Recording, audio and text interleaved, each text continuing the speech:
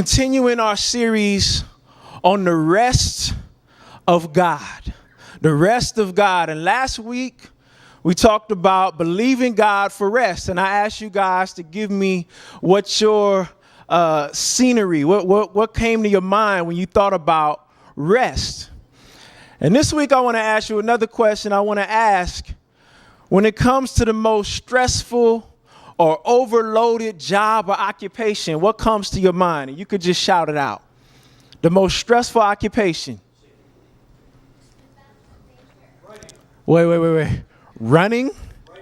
Writing. That seems relaxing. I don't know.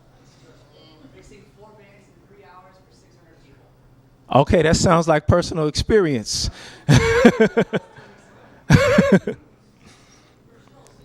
Personal assistant.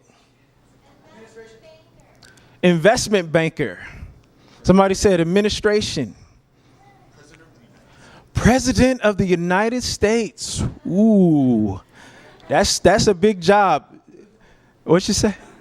Air traffic controller. That's a big one. I mean, imagine like you're tired and you got the lights in your hand. It's like, plane goes down.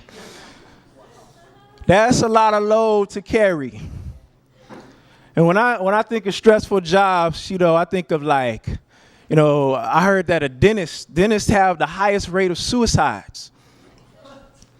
Yeah, and I'm thinking, is it because of all the stinky breath they have to smell all day? Or do they just feel guilty for inflicting so much pain on people?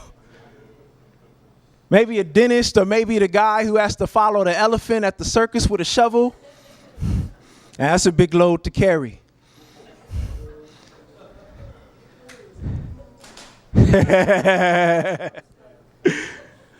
President of the United States, air traffic controller.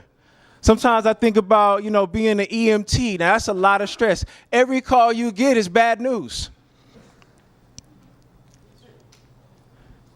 This week, I felt like my whole life, not just my job, was a big load to carry. Was moving. I had a Greek exam, and dealing with everything with the church.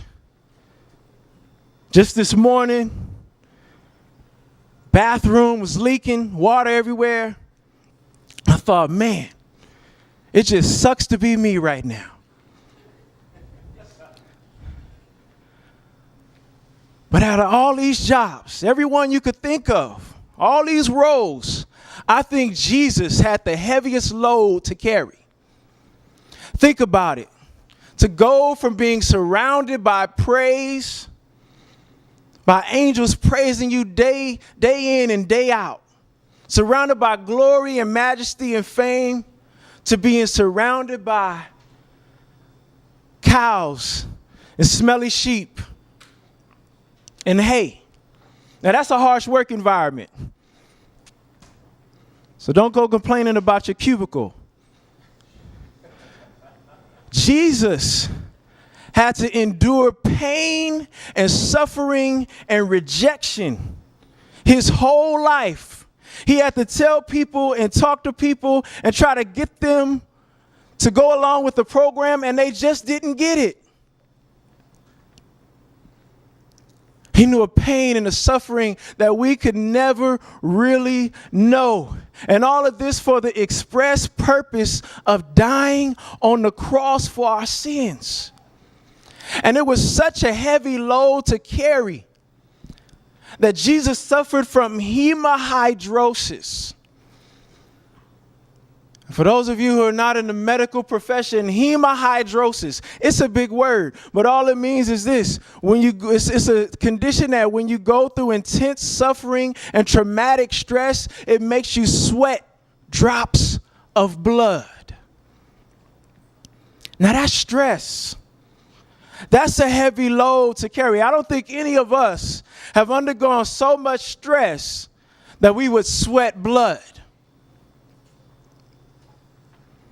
And through all of this stress, through all of this suffering, Jesus was healing and preaching and teaching, and people were coming after him and crowding around him so much that his relatives, his family said, you've got to be out of your mind.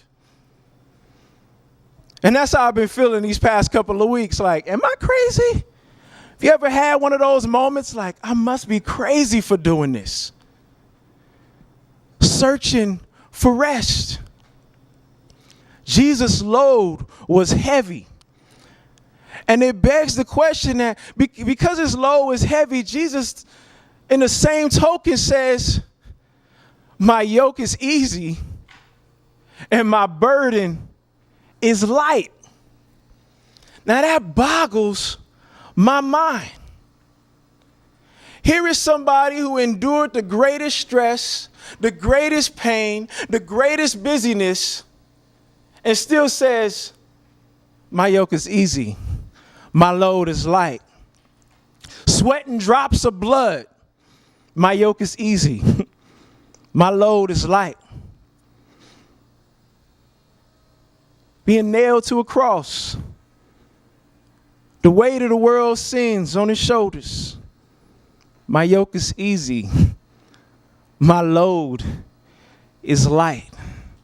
And today we're going to talk about carrying the light load of Jesus. Carrying the light load of Jesus. I want you to turn to your neighbor and tell him, I'm carrying the light load of Jesus.